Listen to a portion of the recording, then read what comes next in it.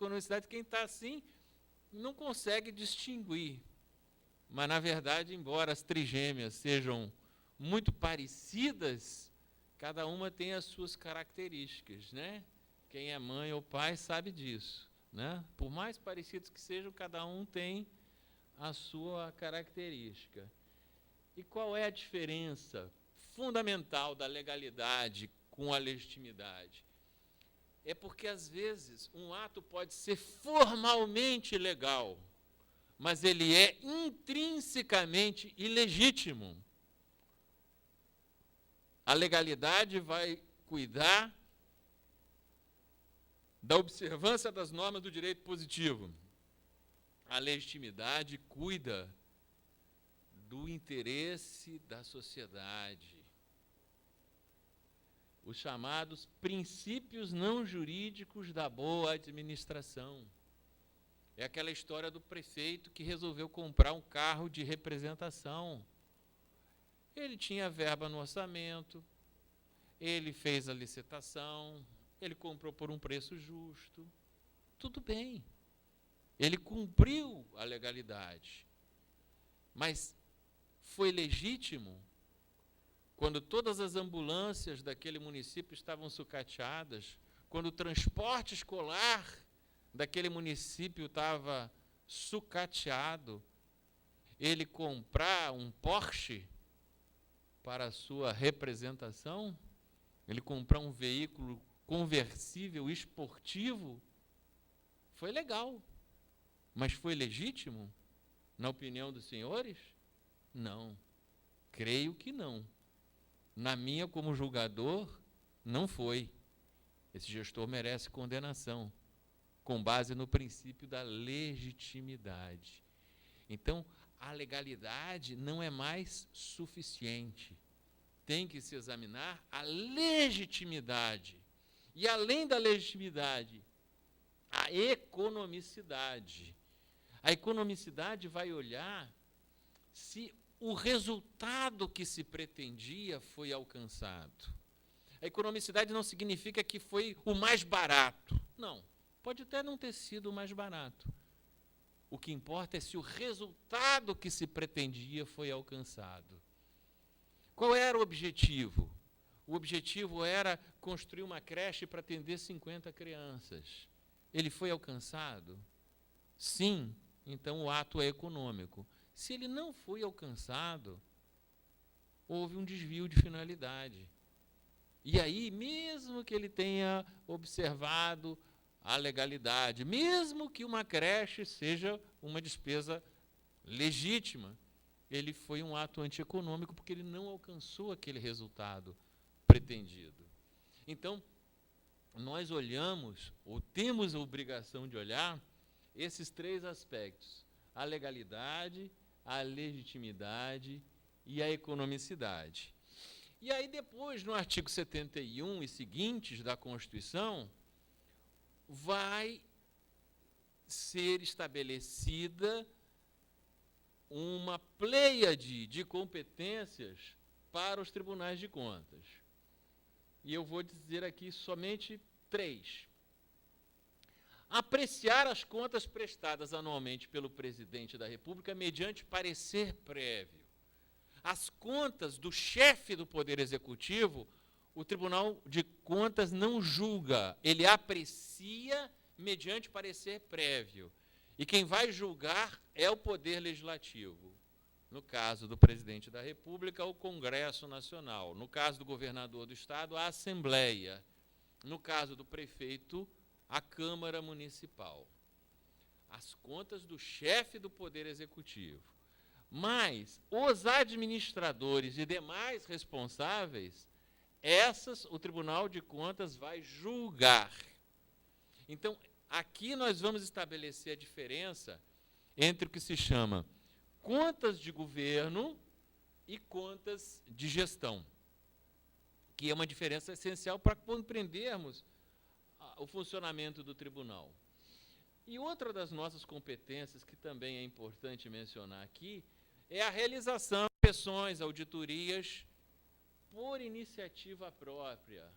Ou seja, não é necessário que ninguém nos peça para fazer um trabalho de fiscalização. O tribunal ele pode se autoprogramar, se auto-organizar para realizar a fiscalização em todas as áreas da sua competência.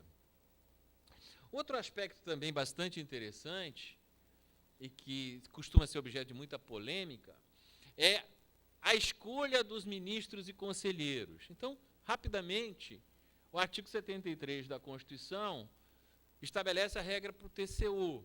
E depois essa regra ela vai ser a mesma para os tribunais de contas de estados e municípios.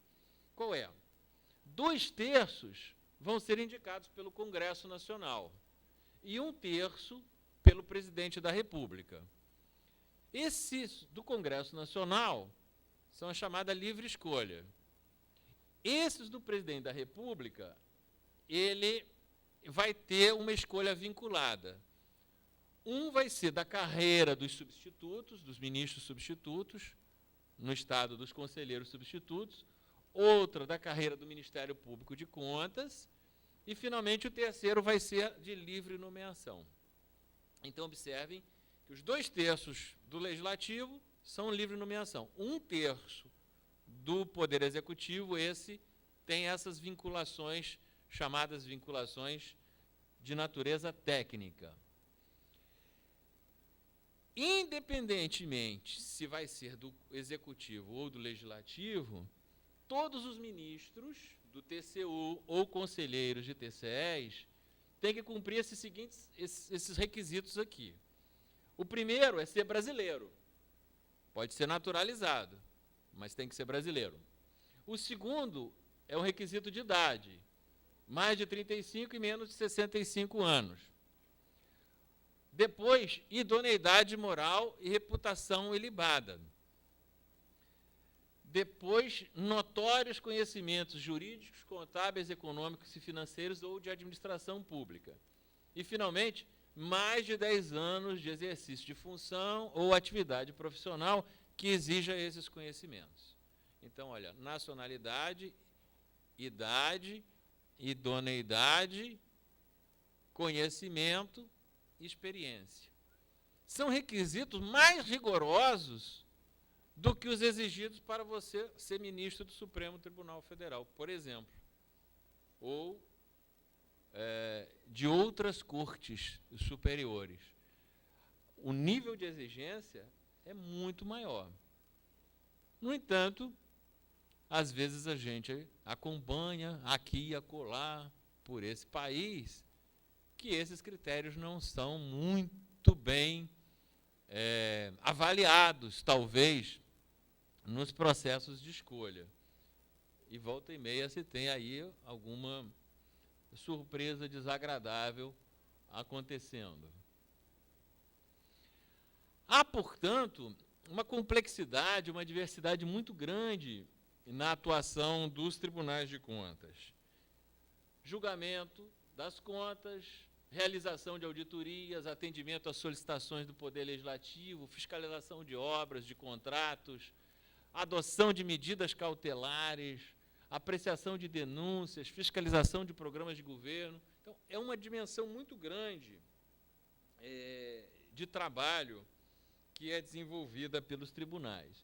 E eu vou apenas fazer um parêntese para falar sobre medidas cautelares, que são um dos instrumentos mais importantes que os tribunais têm, que podem ser, de acordo com a lei, o afastamento temporário do titular de um órgão, o tribunal pode determinar que ele se afaste, a indisponibilidade de bens, decretar a indisponibilidade de bens do gestor que esteja causando dano ao erário, a sustação de ato ou suspensão de procedimentos.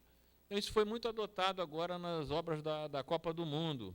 Não sei se vocês lembram, várias medidas cautelares foram adotadas, suspendendo pagamentos de contratos que estavam sendo questionados, de situações em que se colocava a dúvida sobre o valor daquelas medições. Enfim, essas são as medidas cautelares que o tribunal pode adotar. E aí nós vamos caminhar para o que são as contas de governo e o que são as contas de gestão. Nas contas de governo, nós vamos avaliar em relação ao chefe do Poder Executivo, o presidente da República, no caso do TCU, prefeitos e governadores, no caso dos TCEs. Uma avaliação macro da gestão, no que diz respeito a planejamento, organização, direção e controle das políticas públicas. Por sua vez, nas contas de gestão, aí vai ser a avaliação micro, vai ser a avaliação pontual dos contratos, das licitações, das admissões de pessoal e assim por diante. Então, nas contas de governo, o que se examina? Se estão sendo cumpridos os limites constitucionais de educação e saúde, os limites da lei de responsabilidade fiscal, por exemplo, gastos com pessoal, limite de endividamento, cumprimento de disposições constitucionais sobre orçamento, abertura de créditos suplementares, adicionais, cumprimento da LDO e lei de responsabilidade fiscal, equilíbrio orçamentário financeiro e os indicadores de políticas públicas sobre os quais eu vou falar mais daqui a pouco. Então, isso tudo nós examinamos nas chamadas contas de governo.